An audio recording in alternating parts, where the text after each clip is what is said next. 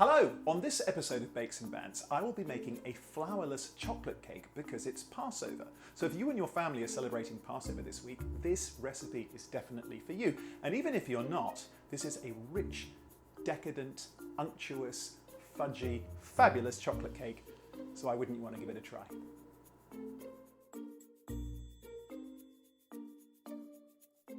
Place a heat-resistant bowl on a pan of simmering water, add your chocolate and butter, and stir until melted.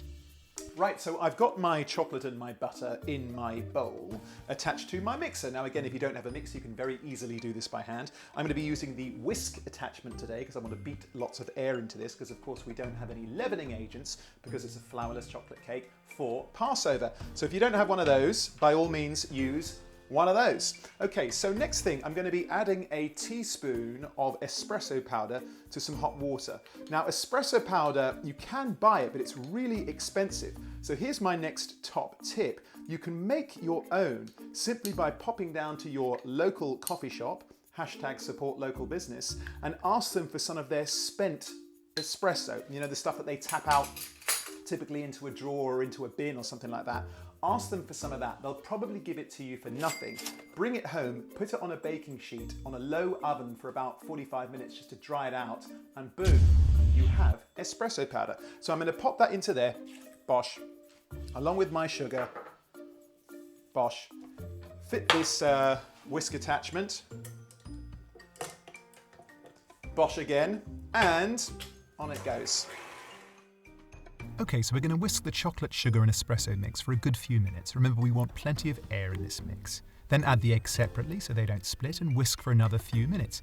I always crack my eggs into a bowl first so I can fish out any shells if necessary. Then remove the whisk and stir in the cocoa by hand. A quick dash of salt, kosher obviously, and that's it. So that's actually that. It's such a simple cake recipe this. It honestly takes about 10 minutes maximum to put it all together, and it's just really lovely. This is definitely a good one to do with your kids as well, especially if they're into licking their chocolatey fingers like I am. So all I'm going to do now is I'm going to get the mix and I'm going to chuck it into the tin here. When I say chuck it in, don't chuck it in, pour it in lovingly. There we go. Pouring it into my spring-formed tin here, and you want to cook it until it's kind of just set in the center, sort of slightly pulling away from the edges. And remember, it will continue to cook as it cools. We all know that old chestnut, don't we? So yeah, don't over bake it. And it should be absolutely lovely jubbly. Speaking of, ooh, can't resist, can you? Behave yourself. Ooh.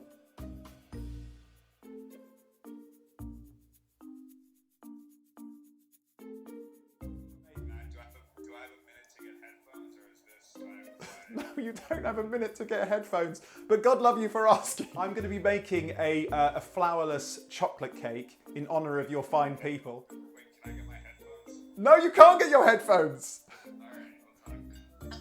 There she is. Hi Ellen, how are you? How's it going? It's going really well. So, do you want to know what I'm making for Passover? Yes, tell me. I am making a flourless chocolate cake. Oh my God. Does that sound good? Sounds amazing. Don't be jealous, because I'm going to drop a piece up to your house.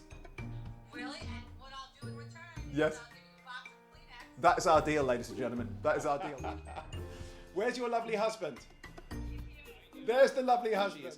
Not only are you two just the loveliest couple and a part of the most beautiful family, and you know I adore you, but also both of you are working in a hospital right now, really on the front lines, and obviously at a time like this, we really, really take our hats off to you both.